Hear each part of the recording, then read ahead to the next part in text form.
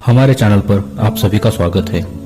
आज मैं आपके लिए प्रभु यीशु मसीह की परीक्षा के ऊपर महत्वपूर्ण अध्ययन लेकर आया हूं। इससे पहले कि हम वीडियो को शुरू करें, आप हमारे बाइबल स्टोरी चैनल को सब्सक्राइब करना और बेल आइकन को दबाना ना भूलें। तो आइए दोस्तों, हम वीडियो को शुरू करते हैं। बाइबल हमें बताती है कि यूहन्ना बपतिस्मा दाता से बपतिस्मा लेने के बाद पवित्र आत्मा प्रभु यीशु को जंगल में ले गया, क्योंकि बपतिस्मा के समय पवित्र आत्मा कबूतर के समान प्रभु यीशु पर उतरा था और फिर यह आकाशवाणी भी हुई थी कि यह मेरा प्रिय पुत्र है जिससे मैं अत्यंत प्रसन्न हूँ। तथा फिर पवित्र आत्मा प्रभु यीशु को जंगल में ले जाता है ताकि वहाँ शैतान के द्वारा प्रभु यीशु की परीक्षा हो सके। और बाइबल हमें बताती है कि प्रभु यीशु मसीह 40 दिन तक आत्मा के सिखाए चलते रहते हैं और फिर जब 40 दिन हो चुके तो प्रभु यीशु को भूख लगी।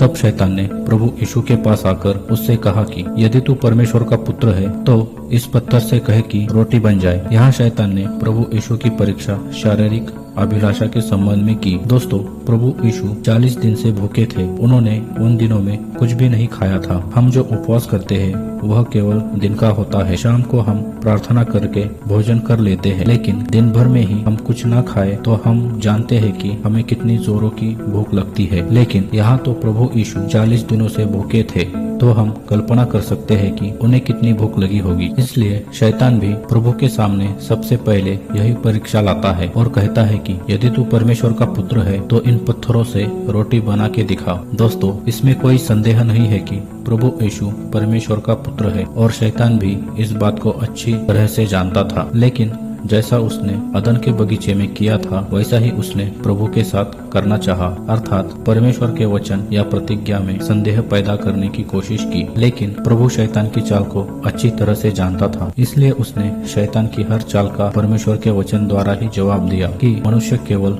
रोटी से ही नहीं परंतु हर एक उस वचन से जीवित रहेगा जो उसके मुख से निकलता है। दोस्तों, यह हमें यह सिखाता है कि हमें कभी भी हमारी शारीरिक जरूरतों को हमारी आत्मिक जरूरतों से बढ़कर नहीं समझना चाहिए। कई बार शैतान शारीरिक अभिलाषा के रूप में हमारे सामने परीक्षा को ले आता है, इसलिए हमें कभी भी हमारी शारीरिक अभिलाषाओं को अधिक महत्व नहीं देना है। एक बात और मैं आपको बताना चाहता हूँ कि प्रभु यीशु मसीह परमेश्वर था। वह चाहता तो अपने शक्ति का प्रयोग करके वह उन पत्थरों से रोटियां बना सकता था और शैतान को बता सकता था, हाँ मैं ही परमेश्वर का पुत्र हूँ। लेकिन उसने ऐसा कुछ भी नहीं किया। यहाँ हम प्रभु की धीरता को देखते हैं। किस तरह परमेश्वर होने पर भी प्रभु ने इस संसार में हम मनुष्यों के लिए अपने आप को शून्य किया और अपने व्यक्तिगत लाभ के लिए अपनी शक्ति का इस्तेमाल नहीं किया। आगे हम देखते हैं कि शैतान प्रभु को पवित्र नगर में ले गया और मंदिर के कंगूरे पर खड़ा किया और उसने कहा कि यदि तू परमेश्वर का पुत्र है तो अपने आप को नीचे गिरा दे, क्योंकि लिखा है कि वह तेरे विषय में अपने दूतों को आज्ञा देगा कि वह तुझे हाथों हाथ उठा लेंगे। यहाँ शैतान फिर से परमेश्वर के वचनों का उपयोग करके प्रभु की परीक्षा करता है। शैतान प्रभु यीशु को